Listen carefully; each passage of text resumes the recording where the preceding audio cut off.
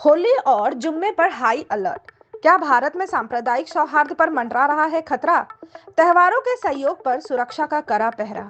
भारत में 64 साल बाद ऐसा दुर्लभ संयोग बना जब होली और रमजान के पहले जुम्मे की नमाज एक ही दिन पड़ी। यह संयोग जहां देश की गंगा जमुनी तहजीब को मजबूत करने का अवसर था, वहीं कुछ कट्टरपंथी ताकतों द्वारा सांप्रदायिक तनाव भड़काने का खतरा भी बना हुआ था। इसी कारण केंद्र और राज्य सरकारों ने दिल्ली, यूपी, बिहार, पश्चिम बंगाल, मध्य प्रदेश सहित कई राज्यों में हाई अलर्ट जारी कर दिया। सुरक्षा व्यवस्था या बढ़ती असहिष्णुता। सुरक्षा एजेंसियों ने संवेदनशील इलाकों में पुलिस बल की तैनाती, ड्रोन और सीसीटीवी से निगरानी, सोशल मीडिया पर पैनी नजर और फ्लैग मार्च जैसे कई कदम उठाए। लेकिन सवाल यह उठता है कि क्या भारत में त्योहारों के शांतिपूर्ण आयोजन के लिए इतनी भारी सुरक्षा बल की जरूरत हमेशा से रही है? क्या यह देश में बढ़ती सांप्रदायिक असहिष्णुता का संकेत नहीं है? क्या त्योहारों को डर के साए में मनाना पड़ेगा? त्योहारों का मकसद खुशियां और भाईचारा बढ़ाना होता है, लेकिन जब प्रशासन को पहले से ही संभावित हिंसा और सांप्रदायिक तनाव का अंदेशा हो, तो यह एक गंभीर चिंता का विषय बन जाता है। संभल, मेरठ, अलीगढ़, कानपुर जैसे इलाकों में भारी पुलिस तैनाती दिखाती है कि सरकार को शांति भंग होने का अंदेशा था। सोशल मीडिया पर अफवाहें और भगदड़ पोस्ट रोकने के लिए साइबर सेल की निगरानी बताती है कि इंटरनेट अब सिर्फ सूचना का माध्यम नहीं, बल्कि एक सांप्रदायिक हथियार बन चुका है।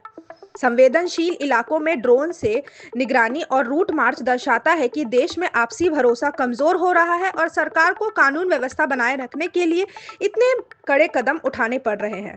धर्म और राजनीति का बढ़ता खेल। भारत में धर्म और राजनीति का गठजोड़ कोई नया नहीं है, लेकिन हाल के वर्षों में यह और अधिक तीव्र हो गया है।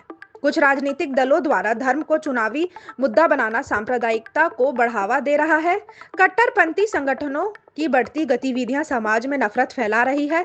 सरकार की कड़ी निगरानी यह दिखाती है कि प्रशासन को खुद पर भरोसा नहीं है कि लोग अपने त्योहार शांतिपूर्वक ढंग से मना पाएंगे।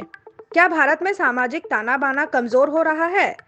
भारत सदियों से एक धार्मिक विविधता वाला देश रहा है, जहां अलग अलग समुदायों के लोग मिलकर त्योहार मनाते रहे हैं।